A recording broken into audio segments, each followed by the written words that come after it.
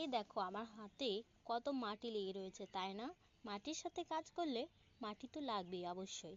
এই যে তোমাদের বলেছি যে কালকে যে গাছগুলো ছাড়ানো হয়েছে সেই গাছগুলো এখানে লাগানো হয়েছে। সাথে সাথে দুটো বটল কেটে নিয়েছি, কারণ এর মধ্যে হচ্ছে কিছু ফুলের গাছ ইউনিকভাবে আমি লাগাতে চাই। আর এখানে দেখো, এখানে পাহাড়ি পালং ছিল, সেগুলোকে হারভেস্ট করে নেওয়া হচ্ছে আজ সকালে। এখানে কিছু থানকুনি পাতা রয়েছে, এটি অনেক মানে স্বাস্থ্যের পক্ষে অনেক মানে ভালো আর কি, মানে বলবো। এখানে তোমরা দেখতেই পাচ্ছ গোড়াগুলো নিচে থেকে খুব লম্বা লম্বা হয়েছে, কিন্তু বোঝা যাচ্ছে না ভিডিওতে, তবে সামনে থেকে অনেকটা লম্বা লম্বা বোঝা যাচ্ছে।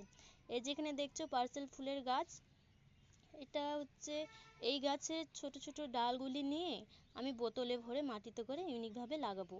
তো এখানে আমি ছোট ছোট যেগুলো বেরিয়ে রয়েছে সেগুলো আমি কেটে নিচ্ছি, যাতে আমি সেখানে লাগাতে পারি।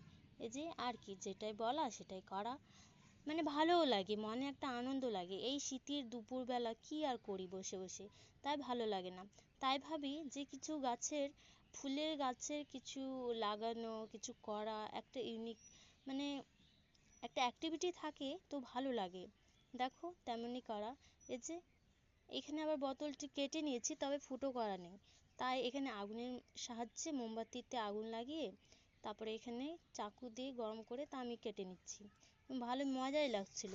একটা মানে কি বলবো, গাছ নিয়ে যাদের ভালোবাসা তারাই বোঝে যে গাছের কি মর্ম, আর গাছ লাগানো কতটা মজার আর কতটা আনন্দকর। দেখো আমার গাছ লাগানো কমপ্লিট। তোমাদের ভালো লাগলে অবশ্যই লাইক করবে, কমেন্ট করবে এবং সাবস্ক্রাইব করবে। Bye bye.